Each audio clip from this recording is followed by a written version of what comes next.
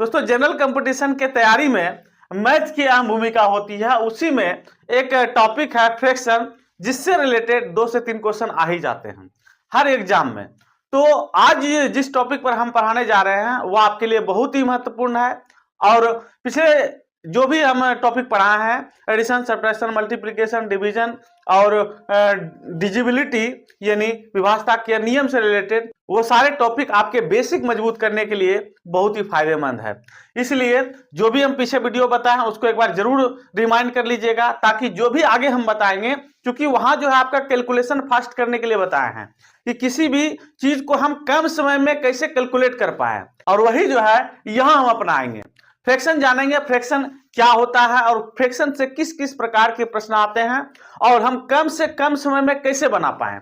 हम लोग बचपन में जो पढ़े थे उस पद्धति को अगर यहां अप्लाई करेंगे तो टाइम लग जाएगा, यानी टाइम टेकिंग क्वेश्चन बन जाएगा।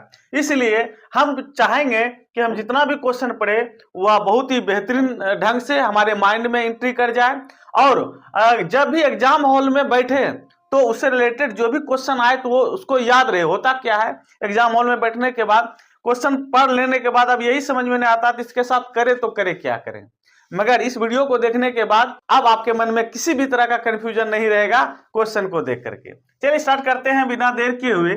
फ्रैक्शन, फ्रैक्शन का मतलब होता है भिन्न, और भिन्न जो है एक संख्या का ही भाग है, संख्या का ही भाग है। जैसे जब किसी संख्या को p बटे क्यू रूप में लिखा जाता है, p बटे क्यू रूप में लिखा जाता है तो उसे हम भिन्न कहते हैं, तो उसे हम भिन्न कहते हैं। और p होता है अंश, क्या होता है, अंश होता है, जिसे हम न्यूमरेटर कहते हैं अंग्रेजी में, और इसे जो है हर यानी डिनोमिनेटर कहते हैं। ठीक है, और q का मान कभी भी जो है वह 0 नहीं होता है।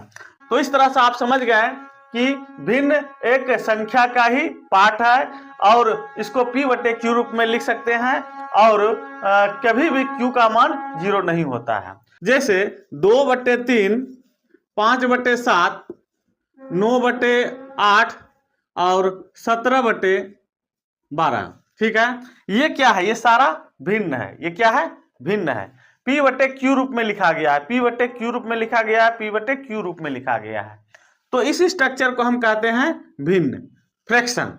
ठीक है, अब इसमें से जो है इसको 2 भागों में बांटा गया है। ये जो टाइप है ये जो है इसको 2 भागों में बांटा गया है। यह जो होता है ना 2 तरह का होता है। कौन कौन होता है, तो पहला होता है प्रॉपर फ्रैक्शन, प्रॉपर फ्रैक्शन। ठीक है,